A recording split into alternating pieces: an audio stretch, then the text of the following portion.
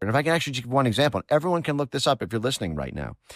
In 2021, the U.S. Special Forces Perspective, under Mark Milley, our chairman of the Joint Chiefs, put out an entire instruction manual for how the U.S. military can work with the State Department and our intelligence services to organize a rent-a-riot, to destabilize a country in order to bring them to the negotiating table.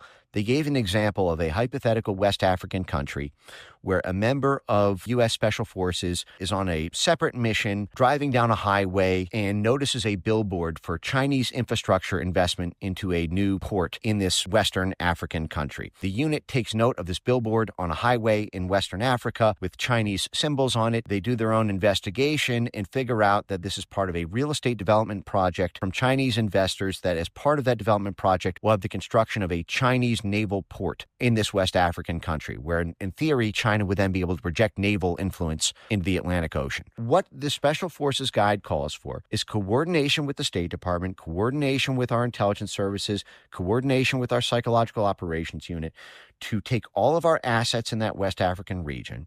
And in that case, what they did is they planned to work with the unions. What they did is they embarked in a social media influence campaign. They would activate all their media assets, all of their civil society institutional assets, and all of their union assets to have the union labor pool in that West African country. Well, actually, there was one thing that happened first, is they first then went, in this hypothetical, the State Department sent a delegation to persuade the West African country to forbid the development license to the Chinese developer. And the head of that West African government said no. Because something was happening in the hypothetical in the next 30 days, there was a time sensitivity to generate an instability event to stop this using time-sensitive emergency. And so the way they generated that was they worked with their union contacts in the region and the media contacts in the region and created this whole social media campaign to inflame the sentiments of the West African labor union workforce who were working for Chinese companies at the time. Because in this hypothetical, the Chinese mining firms and Chinese industry, was employing a lot of these Africans. And it was to destabilize the country, to bring the mines, to bring the factories, to bring all of the Chinese production in the region to a halt, and to put all these Africans out of jobs, and to bring the African government effectively to a standstill. At the same time, in their own Special Forces manual, it called for support from U.S. aid to provide these same striking miners alternative jobs, so that while they were striking from the Chinese labor companies, they were still getting paid by U.S. taxpayers. So they were financially bribed effectively to boycott Chinese industry and to devastate their own country's government, create this crisis, and then use the State Department delegation to go back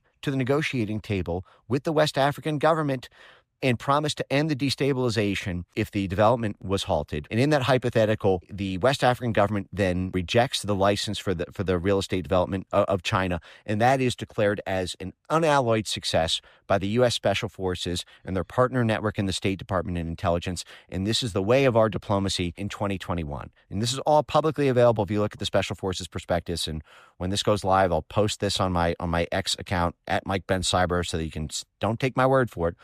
But this is how we operate. And so I see what we're doing with these missile attacks and with these calls for our 12 CIA bases on the Russian border to be able to do long-range precision-guided strikes into Russia as maybe setting off World War III, but it may also be part of a destabilization threat that gives Russia a reason to give the territories back to Ukraine in order to stop the blood from its own main arteries.